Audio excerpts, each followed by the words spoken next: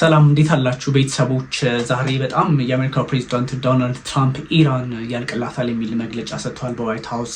ከጋዜጠኞች ጋር በነበራቸው ቆይታ ምን ማለታቸው ነው? ያልቅላታል ወይም ደግሞ ሙሉ በሙሉ እናጠፋታለን የሚል አይነት ሳይሆን ግልጽ መግለጫ ነው የሰጡት። ግልጽ በጋዜጠኞች ጥያቄ ሲቀርብላቸው በዋይት ሃውስ ያሉት ይሄኑ ነው።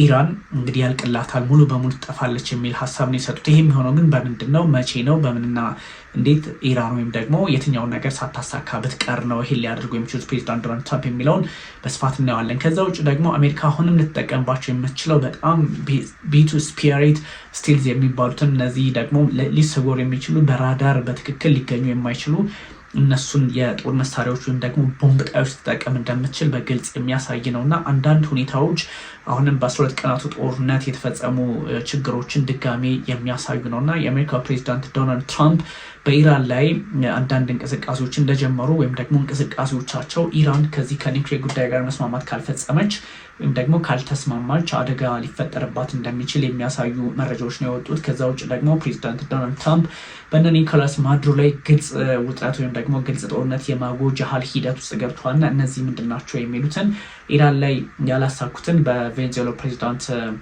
ኒኮላስ ማዱሮ ላይ የማሳካት ውጥንም አላቸው የሚሉ በጣም ብዙ ሀሳቦች እየተነሱ ባሉበት ሰዓት ነው እንግዲህ ፕሬዚዳንት ዶናልድ ትራምፕ ደግሞ አንዳንድ ጉዳዮችን በተለየ መንገድ ለማሳየት በተለየ አቅጣጫ ጉዳዮችን ለማሳየትና ለመጠቆም የቻሉት ሰው የኢራንና የአሜሪካ ጉዳይ እጅግ አስቸጋሪ ሆኗል የሚለውን ለማንሳት ነው። ከዛ ውጭ ደግሞ ኢራን፣ አሜሪካና እስራኤል ወዳጅ የነበሩ ሀገራት ናቸው። ወደ ጸብ የቀየሩበትንም መንፈስ ጉዳይ ምንድን ነው የሚለውን በስፋት ነግራችኋለሁ። በዋናነት ግን ፕሬዚዳንት ዶናልድ ትራምፕ ኢራን ያልቅላታል በሚለው እንጀምራለን። ኢራን ያልቅላታል ያሉት ደግሞ ኢራን በፈጠነና በተቻለ ፍጥነት ወይም ደግሞ በአንድ ጊዜ ኢራንን ሙሉ በሙሉ ማውደም የሚችሉበት የጦር መሳሪያ እንዳላቸው ፕሬዚዳንት ዶናልድ ትራምፕ ተናግረዋል።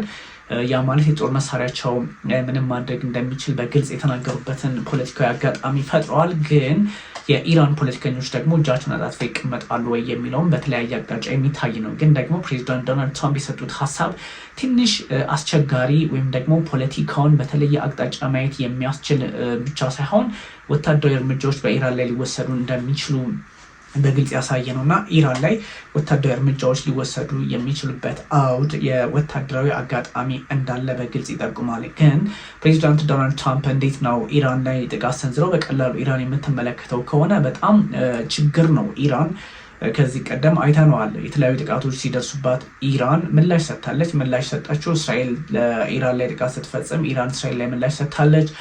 ኢቨን አሜሪካ ጥቃት ስትፈጽም በኢራን ላይ አልዩደድ በሚባለው በካታር በሚገኘው የአሜሪካ የጦር ሰፈር ላይ የአየር ኃይል ሰፈር ላይ በጣም ከባድ የሆነ ጥቃት መሰንዘሯ ይታወሳል እና ኢራንም እጇን አጣጥፋ አትቀመጥም። ስለዚህ ሊተላለቁ ነው እንደ እነዚህ ሀገራት ሊተላለቁብን ነው እንደ እነዚህ ኃይላት የሚል በጣም ስጋት ያለው ጥያቄ ሰዎች ማንሳት እንዳለባቸው ይሰማኛል። ቢካውዝ አሁን ያለው ጉዳይ ኢራን የሚታጠቋቸው የጦር መሳሪያዎች ምንም ይሁን ምን በቃ አጥፍቶ ለመጥፋት የሚያስችል ቁመና እንዳላት በግልጽ መታወቅ ያለበት ጉዳይ ነው። ምክንያቱም ይሄ ቀላል አይደለም። አሜሪካ ይታወቃል። የአሜሪካ ቴክኖሎጂዎች ምንድናቸው? አሜሪካ በዓለም ላይ ቁጥር 1 የጦር መሳሪያ ያላት ናት። በሁሉም ረቂቅ ናቸው፣ ሶፊስቲኬትድ ናቸው።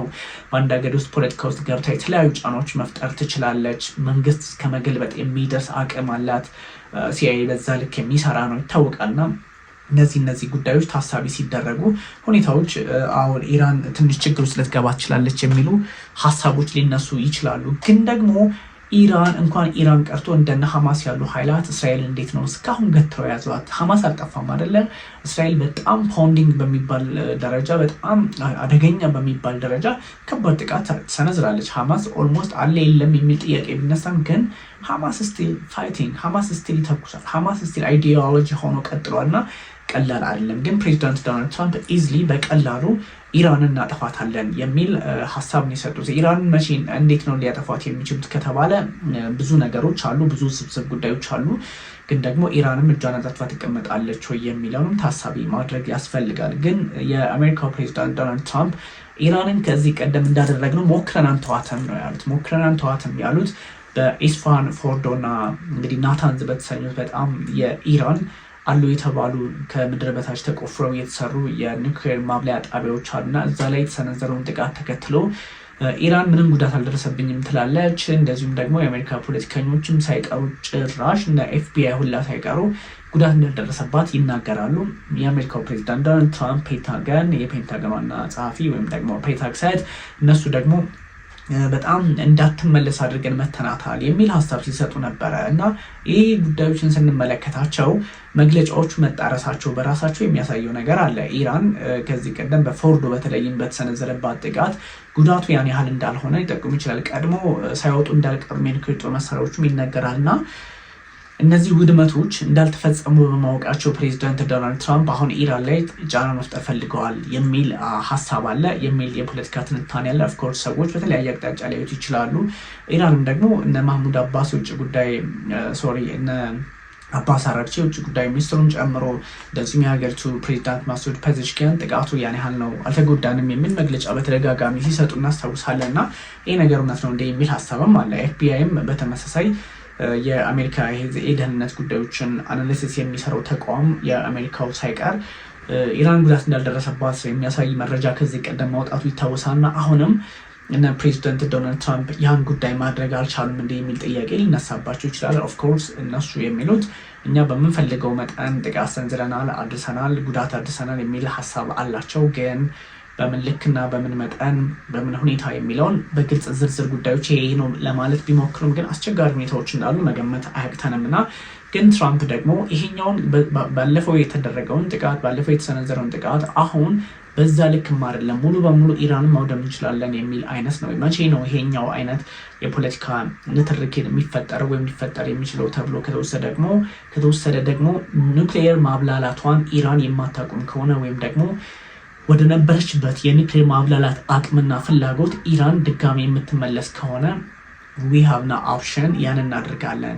ይህን የምናደርገው ደግሞ አማራጭ ስላጣንን ብቻ ሳይሆን ፖለቲካዊ ግንዛቤው በዚህ ልክ የተቃኘና በተለየ አቅጣጫ ሊታይ የሚችል እንደሆነ ታሳቢ መደረግ ስላለበት ነው እና ስለዚህ አሜሪካ ጥቃት ልትሰነዝር እንደምትችል የኒውክሌር ጣቢያዎቿን አይደለም የሚሳይሎችን አንድ ጊዜ ማጥፋት እንችላለን ብለዋል ፕሬዚዳንት ዶናልድ ትራምፕ። ይህ የሚሆነው እንግዲህ ኢራን ሪስቶር ካደረገች ወይም ደግሞ የኒውክሌር ማብላላት ሂደቷን ድጋሚ ተመልሳ የአሜሪካን ሳታማክር ከአሜሪካ ጋር ስምምነት ሳትደርስ ወይም ደግሞ ሳትፈጽም እንደዚህ አይነት እንቅስቃሴ ውስጥ ከገባች አይቀርላትም ነው ያሉት ፕሬዚዳንት ዶናልድ ትራምፕ። ኢራን ደግሞ በአሁኑ ሰዓት ወደዚህ የመደራደር የፖለቲካ ፍላጎትና ግንዛቤ ውስጥ እንዳልሆነች ማሳያዎቹ ብዙ ሆነዋል። በተለያየ አቅጣጫ ግን ሚዛኑን ለሚያይ ሰው በተለያየ አቅጣጫ ፖለቲካውን ለሚረዳ ሰው ግን በእርግጥም ይሄ ነገር ስጋት ሊፈጠር ይችላል ነው። ከዛ ውጭ ደግሞ ኢራን ፕሪኤምፕቲቭ የሚባለው ወይም ደግሞ ቀድሞ ፕሪኤምፕቲቭ ማለት የታቀደለት ወይም ደግሞ ታስቦ ሆነ ተብሎ ቀድማ ጥቃት ልሰነዝር እንደምችል መረጃዎች ይወጡ ነው። የማለት እንግዲህ ቀድማ ጥቃት ልሰነዝር የምችለው በመካከለኛው ምስራቅ ባሉት የአሜሪካ የጦር ቤዞች እንደዚሁም ደግሞ በኢራን በእስራኤል እንግዲህ የጦር ቤዞች በእስራኤል በተለያዩ አካባቢዎችም ላይ ሊሆን ይችላል እና ፕሪኤምፕቲቭ ወይም ደግሞ ተቀድሞ ተጠንቶ እዚህ ላይ ጥቃት ብንሰነዝር እንዲህ አይነት ጥቅም እናገኛለን፣ እዚህ ላይ እንዲህ ብናደርግ ጉዳት እዚህ ቦታ ላይ እናደርሳለን የሚሉ ከስለላም ከተለያዩ ድርጅቶች ከተቋማት ጋር አብሮ ከመስራትም ጋር ሊሆን ይችላል፣ የውስጥ ፖለቲካን በመጠቀም ሊሆን ይችላል ጥቃት ልትሰነዝር እንደምችል ደግሞ በሌላ በኩል ሀሳቦች ይወጣሉ ይነሳሉ እና ይሄኛው በግልጽ የሚያሳዩ መረጃዎች እስካሁን ባይወጡም ግን ኢራንም ኮንሲደር እያደረገች እንደሆነ በግልጽ ተቀምጧል። ምናልባት አሜሪካ ወደዚህ ቦታ ኢራን ላይ መታ ጥቃት መሰንዘር ከቻለች ልትጠቀም የምትችለው ከዚህ ቀደም ያነሳናቸው በጣም በስፋት የተናገርናቸው እነዚህ ቢቱ ቦምብ ጣይ በጣም አደገኛ ስቲልዝ ስፒሪት የሚባሉት ወይም ደግሞ የሚሰወሩ መንፈስ የአሜሪካ መንፈስ ነው ባህሪ የመንፈስ ባህሪ ታውቃላችሁ። ዊካንት ሲ ዊካንት ማየት ፊልም ማድረግ ተች ማድረግ ምናምን አይደለ እንደዚህ አይነት ባህሪ ያላቸው ስቲልዝ ስፒሪት የሚባሉ ስቲልዝ ማለት እንግዲህ ከራዳር ውጭ የሚሆን የማይታይ የሚሰወር ማለት ነው እና የአሜሪካ ተሰዋሪ ጀቶች ወይ ተሰዋሪ የጦር ጀቶች ልትጠቀም ትችላለች ዋሽንግተን ነው። እነዚህ እንግዲህ ቢቱ ቦምብ ጣይ ወይም ደግሞ ቢቱ ቦምበርስ በመባል ይታወቃሉ እና እነዚህን ከተጠቀመች በእርግጥም ኢራን ከባድ ሁኔታ ውስጥ ልትገባ እንደምትችል በግልጽ ያሳያል። ግን ኢራን ብቻ ሳትሆን የተለያዩ ኃይሎች በዚህ ልክ ፖለቲካቸውን እያዩ ነው፣ በዚህ ልክ ግንዛቤያቸውን በተለየ አቅጣጫ ለማየት ይሞክራሉ እና እንዴትና በምን መንገድ ማብራሪያ ይሰጠዋል የሚለውንም ለማየት አስገዳጅ ወይም ደግሞ የፖለቲካ አውዱን ሌላ አይነት አቅጣጫ ሊያሰጠው ይችላልና ፕሬዚዳንት ዶናልድ ትራምፕ ደግሞ ይሄኛውን ታሳቢ እያደረጉ ነው። ሜቢ እነዚህ ቢቱ የሚባሉት ቦምብ ጣዮች እንደ ስማቸው ነው። ስፒሪት መንፈስ፣ እንደ መንፈስ ናቸው። እንደ መንፈስ ወይም ደግሞ የመሰወር ባህሪ ያላቸው፣ በጠቅላላው ግን ከራዳር ውጭ የመሆን አቅም አላቸው የሚለው በጣም ሳይንቲፊክ ላይ መረዳት ይቻላል። እና እነሱ አይነት ቢቶዎች ልጠቀም ትችላለ። ጂቢ የሚባሉ ቦምቦች አሉ። እነዚህ ጂቢ የሚባሉ ቦምቦች 13600 ወይም ደግሞ 14000 ኪሎ ግራም ነው አንዱ። ስለዚህ የቢቶዎች እንኳን 2 ጂቢዩ ሊይዙ ይችላሉ። ሁለቱም ተሸከሙ ማለት እያንዳንዳቸው 27000 ኪሎ ግራም ወይም ደግሞ 28 ወይም እስከ 30 ኪሎ ግራም ቦምቦችን ባንከር ጭምር መሸከም የሚችሉ ናቸው ቢቱ። እና በምድር ላይ 30 ኪሎ ግራም ተሸክሞ የሚሄድ ወይም ደግሞ 30 ኪሎ ግራም አቅም ያለውን ቦምብ ተሸክሞ የሚሄድ አውሮፕላን የለም እና ወይም ደግሞ ፕሌን የለም። ይሄ እነዚህ ሲባል የጦር መሳሪያዎችን ረቂቅ 30 ኪሎ ግራም ትልቅ ነው ወይ አይደለም ወይ ምናምን የሚለው ሳይሆን 30 ኪሎ ግራም በጦር መሳሪያ ምን እንደሆነ መገመት አያቅታችሁም። እና ከዛ አንጻር 30 ኪሎ ግራም ያልኳችሁ 30,000 ኪሎ ግራም ነው። 30,000 ኪሎ ግራም ማለት 13,000 እና 14,000 ኪሎ ግራም አንዱ ጂቢዩ ከሆነ አንድ ጂቢዩ ቦምብ 13,000 14,000 ኪሎ ግራም ከሆነ አንድ ቢቱ ቦምብ ጣይ ደግሞ እስከ 30,000 ኪሎ ግራም ሊሸከም ይችላል። እና 30,000 ኪሎ ግራም አስባችሁታል? አንድ ቦታ ላይ የተወረወረ ማለት this is very destructive፣ በጣም አውዳሚ ነው የሚሆነው። እና ስቲልዞች በዚህ ልክ ነው። አንደኛ ተሰውሮ ነው የሚመጡት ወይም ደግሞ ከራዳር ውጭ የሆኑ አቅጣጫ እየቀያየሩ በቀላሉ የሚያዙ በቀላሉ በቁጥጥር ስር የሚውሉ ስላልሆኑ ወይም ደግሞ በቀላሉ ሊያዙ የማይችሉ በመሆናቸው ቢቶዎች አንደኛ ይሄኛው አስፈሪ ያደርጋቸው፣ ሁለተኛ ደግሞ 30,000 ኪሎ ግራም መሸከም የሚችሉ በመሆናቸው እጅግ አስቸጋሪ ነው። እና ምንም አይነት ነዳጅ ሳይቀዱ 11,600 ወይም 300 ኪሎ ግራም አካባቢ ድረስ ኪሎ ሜትር ደግሞ ይፈጥራሉ። 11,000 በላይ ኪሎ ሜትር ምንም ነዳጅ ሳይቀዱ እና በየ18,000 ኪሎ ሜትሩ ደግሞ ነዳጅ መቅዳት ይችላሉ። ያ ማለት ባለፈው እነዚህ ቢቶዎች ከአሜሪካ ሰሜን አሜሪካ ከኦሃዮ አካባቢ ተነስተው ሲመጡ ብዙ አካባቢዎችን አቋርጦ ነው የመጡት። እነ ዲየጎ ጋርሲያ የሚባሉት ወይም ደግሞ ሜዲትራኒያን ቀይ ባህርን አቋርጦ ከመጡ በኋላ ኢራን ላይ ጥቃት ሲሰነዝሩ 18,000 ኪሎ ሜትር ተጉዘው ነው ደርሶ መልስ 18,000 እና 18,000 39,000 ኪሎ ሜትሮችን አቋርጠው መጥተው ደብድበው ነው የሄዱት። 39,000 38,000 ኪሎ ሜትር ያለምንም እንከን ደርሰው ነው የተመለሱት። እና ይሄ በእርግጥ ለኢራን ከባድ ይሆናል። ከዛ ውጭም ደግሞ አሜሪካ መካከለኛው ምስራቅ ላይ ያሉት እንደነ ሴንት ኮም አልዩዴድ አካባቢ ያሉትን የጦር ሰፈሮቿን ጦሯን ካንቀሳቀሰች ለኢራን ከባድ ይሆንባታል። ኢራን ስታንስ ብቻዋን የቆመች ሀገር ናት። ባይዞ እነዚህ እነ ሄዝቦላ እነ ሐማስ እነ የየመን ሁቲዎች እነ ካታኢብ ሄዝቦላ ብዙዎቹ ያግዟታል፣ ምንም ጥያቄ የለውም። ግን እነሱ ደግሞ ያሉበትን አቅም ደረጃ የምታውቁት ነው። እና ጸቡ ከአሜሪካ ጋር ከሆነ ይከብዳታል፣ ምንም ጥያቄ የሌለው። ከዚህ በፊት አልተወጣችሁም፣ በደንብ ተወጥተዋለች ኢራን በጣም ፐርፎርም አድርጋ በሚገርም ሁኔታ። ግን ከዚህ በኋላ ደግሞ ሲመጡ እነሱ ካለፈው ስህተታቸው ተምረው ጠንክረው ነው። ምንም እንኳ ኢራንን ካለፈው ስህተቷ ተምራ ጠንካራ ልትሆን ብትችልም የአሜሪካን አቅም የምታውቁት፣ የእስራኤልን ቴክኖሎጂ የምታውቁት፣ ሁለተኛ ለኢኮኖሚ በመጋገብ ኢኮኖሚያቸውን ከፍ እያደረጉ ያሉ ሀገራትም ስለሆኑ ኢራን ደግሞ በማዕቀቡም በምኑም ከሌሎች ሀገራት ጋር እንዳትሰራ ሁሉ በመደረግ ጫና የተፈጠረባት ሀገር ስለሆነች ቀላል ጉዳት አይደርስባትም። ኤኒዌይ ይሄኛው እነዚህ ስቲልዞቹ ገብተው ከሆነ ጥቃት ሰነዝሩ ይችላሉ። አሜሪካ በጠቅላላው ወደ 21 የሚሆኑ ቢቱ በጣም ውድ ነው። ባይዘው 2 ቢሊዮን የአሜሪካ ዶላር የሚፈጅ ነው አንድ ቢቱ ቦምብ ለማምረት። ሌላው እኮ ሚሊዮን 10 ሚሊዮን ምናምን አካባቢ እኮ ነው። ይሄ 2 ቢሊዮን የአሜሪካ ዶላር መፍጀቱ ቀላል አይደለም። 2 ቢሊዮን የአሜሪካ ዶላር ኢንቨስትመንት ተይዞ ነው እንግዲህ ወደ መካከለኛው ምስራቅ መጥቶ ጥቃት ሊሰነዝር የሚችለው። አሜሪካ በጠቅላላው ያላት ወደ 21 አካባቢ ነው።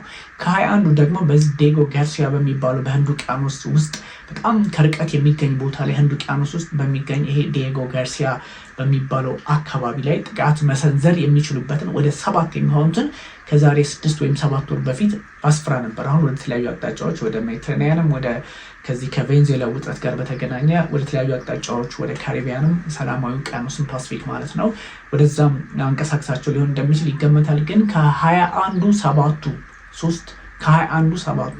ገብቷቸዋል። 14ቱ ናቸው በሌላ ዓለም ላይ እና ምን ያህል ቦታው ስትራቴጂክ እና አስፈላጊ እንደሆነ ነው።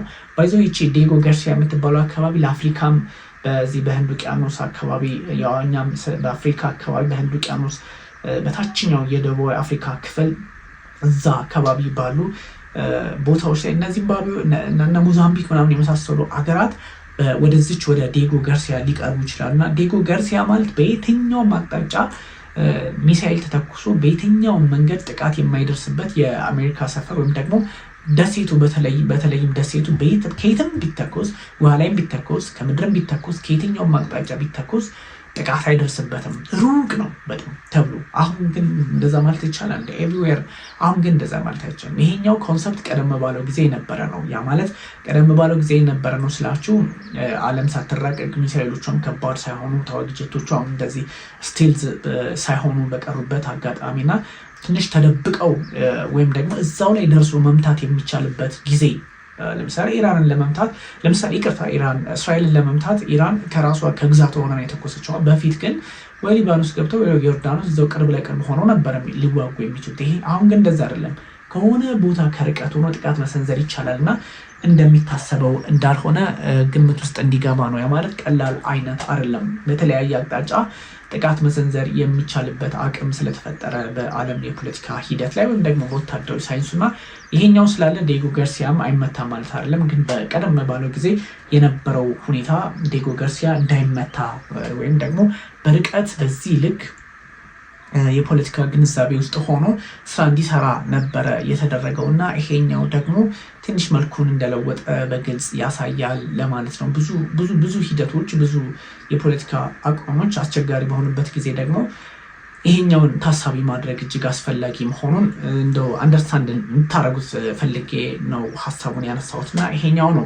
እንግዲህ እነዚህ ሁለት ኃይላት አሜሪካና ኢራን ወዳጆች ነበሩ። በነገራችን ላይ አሜሪካና ኢራን ብቻ ሳይሆኑ እስራኤልና ኢራን ወዳጆች ነበሩ። ከዚህ ቀደም በተደጋጋሚ ነግሬያቸዋለሁ። እነዚህ ሀገራት ወዳጆች የነበሩበትን ጊዜ ትተው አሁን ወደ ከባዱ ውጥረት ለምን ገቡ ከሆነ ብዙ ጊዜ ከዚህ ቀደም ያው ተመልሳችሁ ቼክ ላታደርጉ ትችላላችሁ፣ ነግሬያችኋለሁ። አሜሪካና ኢራን በጣም ወዳጆች ነበሩ።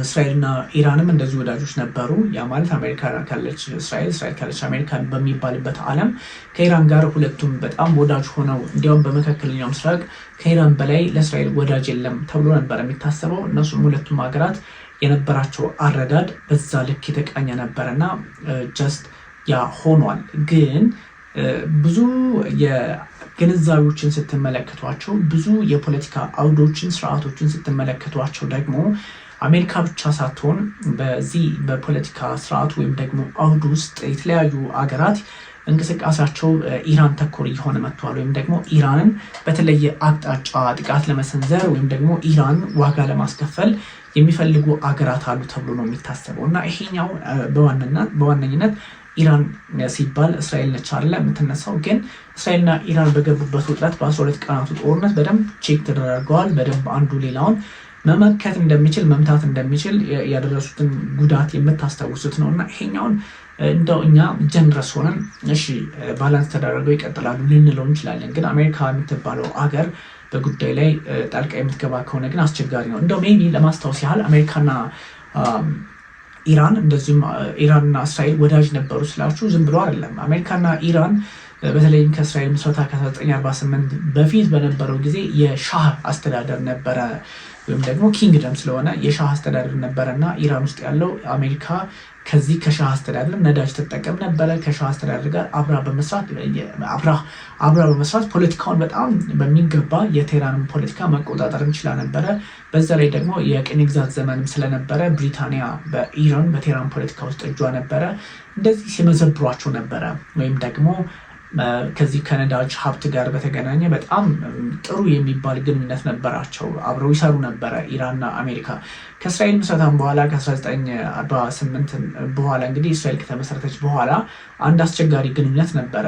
የዶክተር መሐመድ ሞሳዲክ የሚባሉ ጠቅላይ ሚኒስትር ኢራን መርጣ ነበረ። የሻህን መንግስት አስወግዳ ኢራን ስትመርጥ አዲስ ዴሞክራሲያዊ መንግስት ነው። ዶክተር ናቸው እንግዲህ ያስባችሁታል። የኢራን መንግስት ነበረ እና እሱ 1950 ላይ ሲመጣ የኢራን ሀብቶች በሙሉ ለኢራናውያን እንጂ ለሌሎች ሀገራት ወይም ደግሞ ለሌሎች የፖለቲካ ማስፈጸሚያዎች ለምዕራቡ ዓለም አይውሉም በሚል ነዳጁን ሁሉም የቢፒ የሚባለው የብሪታንያ ፔትሮሊየም ኩባንያ ሳይቀር ተወሰደ።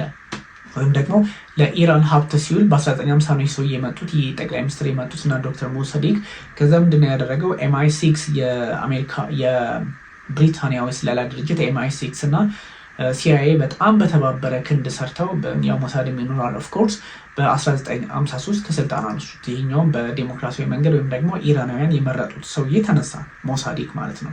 ለምንድን ነው የተነሳው?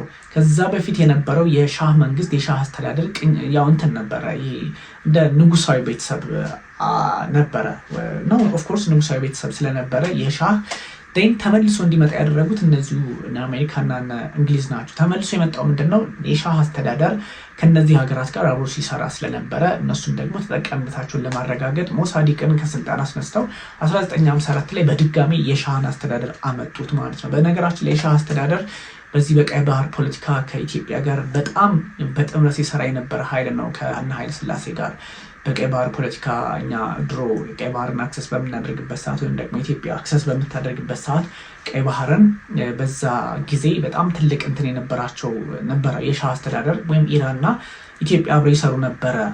ያው ኢትዮጵያና ኢራን አብረው በነገራችን ላይ ቱርክ፣ ኢራን፣ እስራኤል እና ኢትዮጵያ አንድ ስምምነት ነበራቸው። 1960ዎቹ አካባቢ አንድ ስምምነት ነበራቸው አብረው የሚሰሩት። ምክንያቱም ሌሎቹን እንደ የጠላት ሀገር ስለሆኑ ስጋታችን በሚል በዛ አውድ ውስጥ ነበሩና እሱም ያው ታስታውሱት ነው። ኦፍኮርስ በተለያየ መንገድ ልትረዱ ስለምችሉ ምን ችግር የለውም።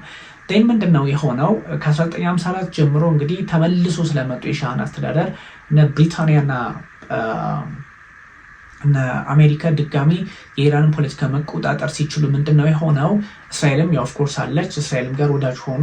እስራኤልና ኢራን እንዲያውም ነዳጅ በሜዲትራኒያን ባህር የሚያስተላልፉበትን የጋራ መስመር ገነቡ። መካከለኛው ምስራቅ ላይ ከኛ በላይ ወዳጅ የለም ብለው በጣም እፋሉ። ይህ ሁሉ በዚህ ሁሉ ርቀትና ሂደት ውስጥ የነበሩ አገራት ናቸው። ከ1954 እስከ 79 ድረስ ወዳጅ ነበሩ። 1979 ላይ ግን ያው የሻህ መንግስት ተገለበጠና አያቶላዎቹ መጡ። የመጀመሪያው አያቶላ ያሁኑ አይደሉም። በነገራችን ላይ አያቶላ ሩሃላ ሆሜኒ የሚባሉት የመጀመሪያው አያቶላ ናቸው። ሩሃላ ሆሜኒ የሚባሉት ማለት ነው። ያሁኑ አያቶላ አሊ ሀመኒ ወይም ደግሞ አያቶላ አሊ ሀመኒ፣ ያኛው ሩሃላ በሚል ትለዩታላችሁና 1979 ላይ ሲመጡ ምንድነው የሆነው? መፈንቅለ መንግስት ተፈጸመ። የሻህ አስተዳደሩ ተወገደ ወይም ደግሞ የኢራን አብዮት የሚባለው ኢራን ሬቮሉሽን 1979 ላይ ሲከሰት ከዛም በኋላ የሻህ መንግስት ድምጥማጡ ጠፋ፣ ታሰረ፣ ምናምን ብዙ ጣጣዎች ነበሩበት። የት እንዳለ የት እንደገባ አሜሪካ በታግ ስም በሌላ ሰው ስም እንደዚህ ሕክምና ሰጣችው። ግብጽ ገቡ። እንደዚህ የሻህ አስተዳደር በጣም በከባድ ሁኔታ ውጥረት ውስጥ ገብቶ የነበረበት ጊዜ ይታወሳል። እሱ መለጡ።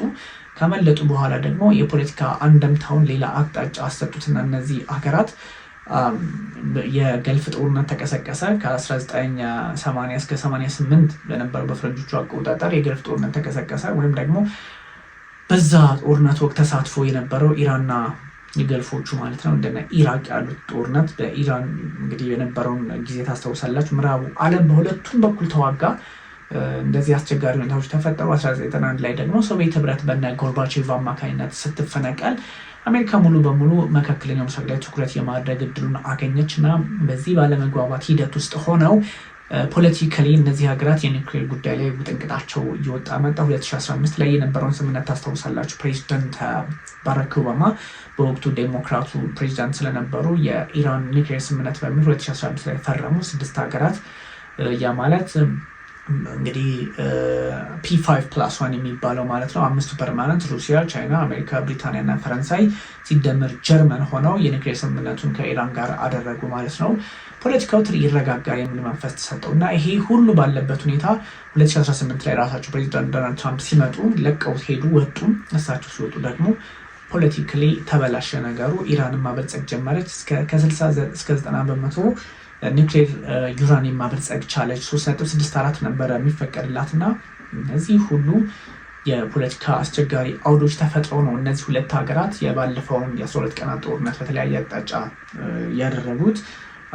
በዛ ላይ ደግሞ አንዳንድ አለመግባባቶችን በተለየ ማየት ተጀመረ እና የዓለም የፖለቲካ አውድና ስርዓት ደግሞ እንግዲህ ኢንስቲትዩሽን እየተቀየረ በመጣበት አጋጣሚ ፕሬዚዳንት ዶናልድ ትራምፕ እናንተ እነማን ናችሁ ወደሚል እንቅስቃሴ ገብተዋልና ኢራን እንግዲህ ልትመታ ትችላለች የሚል ሀሳብ ነው የሰጡት ፕሬዚዳንት ዶናልድ ትራምፕ። በምንና እንዴት የሚለውን በስፋት እንግዲህ ወደፊት የሚመጡትን ጉዳዮች የተመለከተ እናያለን። እንደዛሬው ግን እጅጉን አመሰግናችኋለሁ። ቢኒያም ካሴ ነበርኩ።